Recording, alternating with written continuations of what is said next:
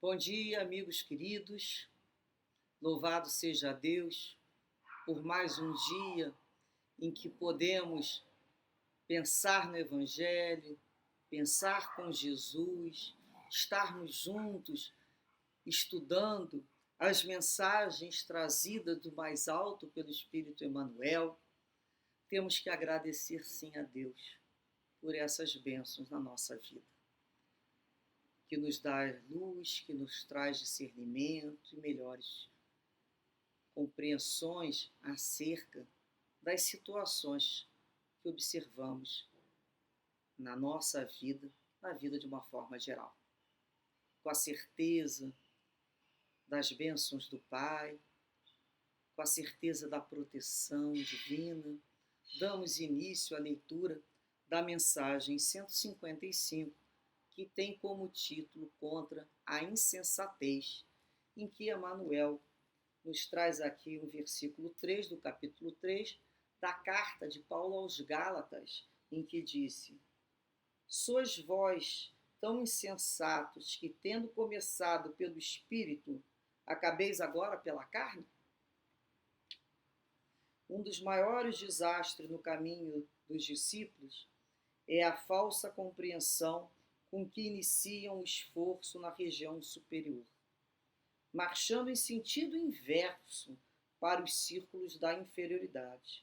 Dão assim a ideia de homens que partissem à procura de ouro, contentando-se em seguida com a lama do charco. Semelhantes fracassos se fazem comuns nos vários setores do pensamento religioso. Observamos enfermos que se dirigem à espiritualidade elevada, alimentando nobres impulsos e tomados de preciosas intenções. Conseguida a cura, porém, refletem na melhor maneira de aplicarem as vantagens obtidas na aquisição do dinheiro fácil. Alguns, depois de auxiliados por amigos das esferas sublimadas em transcendentes questões da vida eterna, pretendem atribuir a esses mesmos benfeitores a função de policiais humanos na pesquisa de objetivos menos dignos. Numerosos aprendizes persistem nos trabalhos do bem. Contudo, eis que aparecem horas menos favoráveis e se entregam inertes ao desalento, reclamando prêmios aos mingados anos terrestres em que tentaram servir na lavoura do Mestre Divino e plenamente despreocupado dos períodos multimilenários em que temos sido servidos pelo Senhor. Tais anomalias espirituais que perturbam consideravelmente o esforço dos discípulos procedem dos filtros venenosos compostos pelos pruridos de recompensa. Trabalhemos, pois, contra a expectativa de retribuição, a fim de que prossigamos na tarefa começada, em companhia da humildade, portadora da luz imperecível. Então vejamos aqui. Insensatez, né? A gente lembra de quê? O que é o insensato? O insensato é um insano, é aquele que falta juízo, que a gente fala, é aquele que está na loucura, falta bom senso. E essa carta de Paulo aos Gálatas, ele pergunta, né, se eles são insensatos. Começaram pelo Espírito e terminaram na carne. E Emmanuel nos fala aqui do inconsequente que foge ali do compromisso quando obtém um benefício pedido. E isso é comum em vários setores religiosos. Emmanuel nos fala aqui. Parece que estão marchando em sentido contrário. Isso aqui é natural, que a gente fala, né? É consequência de uma falsa compreensão. A criatura acha que fez uma virtude, uma conquista de uma determinada virtude, conquistou uma determinada compreensão mais elevada, mas não é verdadeiro. Ela realmente não conseguiu aquela compreensão. Por isso essa situação aqui que fala, né? Como é que a pessoa vai obter, né, através das suas situações, um dinheiro fácil, uma situação fácil. Ele fala aqui, ó, vantagem obtida na aquisição do dinheiro fácil. Depois ele fala daqueles companheiros religiosos que foram auxiliados por amigos da esfera superior, nossos benfeitores, que falam sobre as questões transcendentes da vida, que nos ajudam a fazer essa compreensão, esse caminhar, e pretendem atribuir a esses mesmos benfeitores a função de quê? De policiais, para que, ou então espiões, para que nos façam descobertas, para que ajudem a saber o número da loteria, invento de alguma coisa que possa transformar em dinheiro, fazem perguntas descabidas sobre a vida do outro. O que aconteceu? A pessoa começou numa questão transcendente e daqui a pouco ela está com os pedidos da forma mais que nós não teríamos coragem de pedir a um colega, nem muito menos um amigo. Nós não teríamos. Ficaríamos com vergonha. Como é que faz um pedido desse ao plano espiritual? Ele nos fala também daqueles, né, que quando estão nos trabalhos do bem, aparece aquele momento de uma hora menos favorável e se entregam ao desalento. Ou seja, eles na realidade estavam ali esperando, clamando um prêmio, estão reclamando uma troca. Eles, quando fazem essas exigências descabidas, né, ali existe o que a gente chama um interesse velado ou interesse descoberto. Eles são claros mesmo. Nessas horas menos favoráveis, que bate a aflição na cabeça ou na casa da pessoa, ela quer a sua recompensa. Ela não quer passar por aquilo. Então ela questiona a espiritualidade. Poxa, na hora, né? Agora eu estou na hora da sombra, na hora que eu tenho que carregar a minha cruz. Aí eu falo assim, pô, não quero carregar. Poxa, sabe quantos passos eu dei? Você sabe quantos atendimentos eu fiz? Você sabe quantas horas eu fiquei naquele outro serviço lá de benemerência, naquela outra instituição, no trabalho?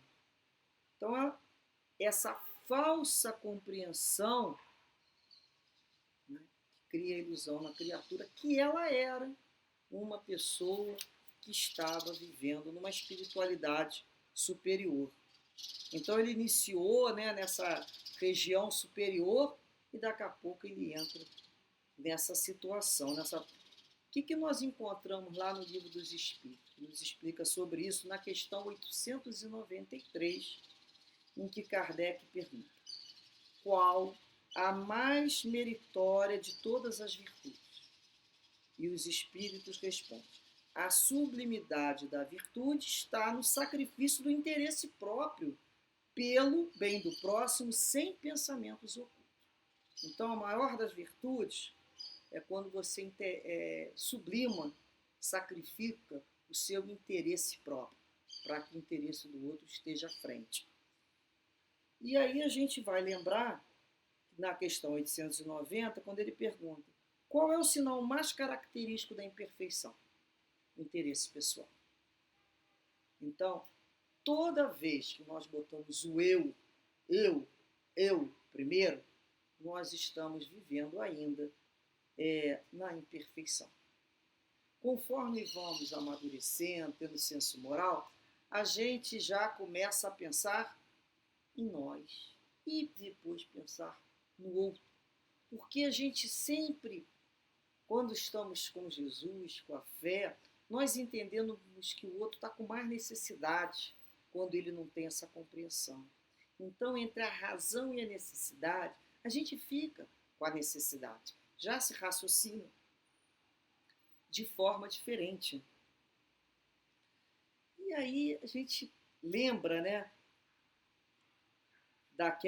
dessa passagem no Evangelho segundo o Espiritismo, lá no capítulo 26, dai gratuitamente, né, o que nós recebemos, e nós questionamos: eu só dou algo quando eu recebo algo em troca?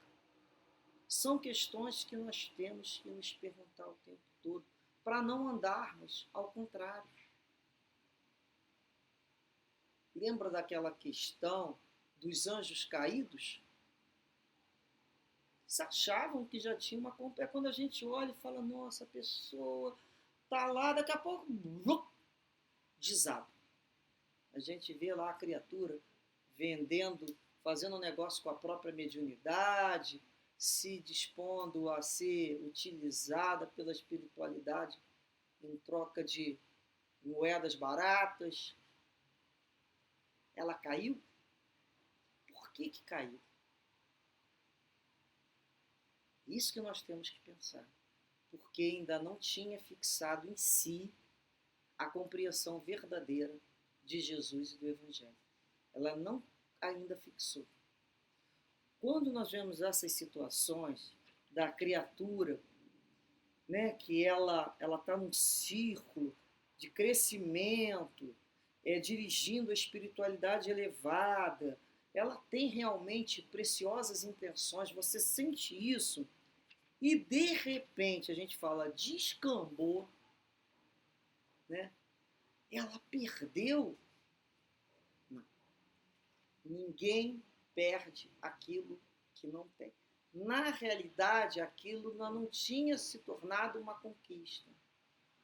É quando nós estamos aqui no esforço, nós estamos aqui no sacrifício, nós estamos aqui na colaboração com os benfeitores espirituais, mas com muita vigilância.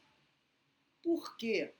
Porque no momento que chegar a hora da aflição, da ventania, das sombras, muitas vezes ainda não nos conhecemos. Não sabemos qual será a nossa reação. Será que fugiremos? Será que sairemos correndo, apavorados? Ou será que negociaremos com a espiritualidade inferior? Por isso a necessidade do autoconhecimento. Precisamos nos conhecer. Precisamos nos fortalecer enquanto há luz. Enquanto estamos bem. Porque no dia que estamos mal, é o dia que iremos utilizar todo o conhecimento, todo o entendimento que nós fomos amealhando ao longo do tempo. Para nós.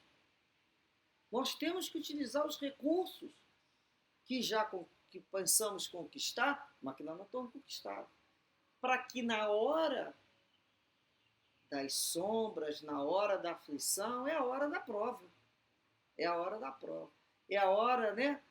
Que aquela mestre chamado dor, muitas vezes chega próximo da gente e fala assim, coloca então aí na prática tudo que você aprendeu. Vamos ver o que você aprendeu agora. Então, você falou tanto sobre isso, vamos ver como é que você se comporta. A vida faz isso. Faz as avaliações. E o que nós vamos responder à vida? Falar aqui, ó, é fácil. Mas como é que eu me comporto naquele momento? Como é que eu já sou capaz de testemunhar? Eu já faço isso que eu falo ou não? Eu já consigo entender que a hora da prova é a hora que eu estou fortalecendo e consolidando como uma amálgama aquilo que eu penso e naquilo que eu sou, porque tem uma distância no que eu penso, no que eu falo e na forma de agir. Então, no momento da prova, cada vez que uma prova dessa é feita, eu vou unindo, vou colocando a teoria e na prática e vou juntando. Então, eu passo a ter uma fixação da ideia dentro do meu ser, que resiste aos embates que chegam. Essa é a necessidade. Então, um anjo, né, quando a gente fala um espírito realmente superior, não na situação de anjo, que não existe na questão de ser exalado, mas um espírito superior, ele não tem como cair. Por quê? Porque ele já tem aquela conquista. Aquilo é conquista. Mas nós outros, a gente pode falar assim, nossa, escorreguei aqui nessa casca de banana. Nossa, poxa, eu estou aqui achando que estou desenvolvendo paciência porque eu consegui, naquela situação, vivenciar aquilo 5 minutos sem reclamar, mas quando No outro dia, eu tive que segurar aquela situação por 8 minutos. Não aguentei. Perdi-me. Fulano me fez perder a paciência. Não, não fez. Eu, na realidade, não tinha. Aquilo que eu tenho, ninguém mais me tira. Situação nenhuma mais me tira. O outro só serve para fazer eu ver o que realmente eu ainda não tenho. Por isso temos que ser humildes no nosso aprendizado. E Emmanuel nos fala, né, para trabalharmos contra essa expectativa de retribuição, porque Jesus nos sustenta, ampara, nos aguarda até hoje. Quantos milênios? Não temos noção. Para que só agora a gente comece a ter um pequenino entendimento e disposição para dizer obrigado, Senhor, e vou trocar a minha palavra de obrigado, obrigado, por algum trabalho no bem. Jesus fala assim, né? Deve falar assim para a gente. Dá para você trocar esse obrigado e agradeço o Senhor por algum trabalho no bem? Porque esse obrigado, obrigado aí você não está saindo do lugar. Aí a gente fala, então tá, Senhor, eu vou trabalhar, eu vou fazer uma tarefa aqui, mas sempre em companhia da humildade, sem pedido de retribuição, porque o que eu faço é nada perto de tudo aquilo que eu recebo diariamente, as bênçãos do amor invisível de Deus na minha vida, na da minha família. O que eu dou é nada. Então, lembremos sempre de vencer aqueles que ainda trazem a ideia do interesse. Estamos vencendo isso aos poucos. Isso é um binômio antigo, dá e recebe, né, uma retribuição. Nós já conseguimos compreender que recebemos mais, nós é que precisamos retribuir o quanto ganhamos. Vamos lembrar lá de Jesus, né, que curou 10 leprosos e somente um voltou, retornou para agradecê-lo. E em nenhum momento Jesus se desmotivou ou questionou a situação do retorno. Por isso, até hoje ele nos ampara, nos conduz, com o seu amor, com a sua paciência. Olha para cada um de nós, ainda crianças espirituais, tendo certeza, Jesus, da lei de perfeição, da lei de progresso, que fomos criados pelo amor de Deus, ele tem certeza que iremos caminhar. Que possamos, então, ouvir a voz do nosso pastor e busquemos sempre retribuir com o que for de mais puro, mais sublimado, vencendo as cascas para buscar o cerne. Mas quando encontrarmos o cerne, vamos guardar como um tesouro e não fazermos o roteiro contrário. É o cerne, a substância principal do que é transcendental, do que é espiritual, imperecível e eterno. É isso que precisamos caminhar, do transitório, do perecível, para o que é eterno, o que é divino. Que dessa maneira possamos nos despedir, rogando sempre a Jesus que nos abençoe e que sim, nos aguarde com a certeza que estamos no esforço de caminharmos cada vez mais de forma sensata para Ele. Muita paz, meus amigos, muito juízo, muito esclarecimento, com as graças de Deus.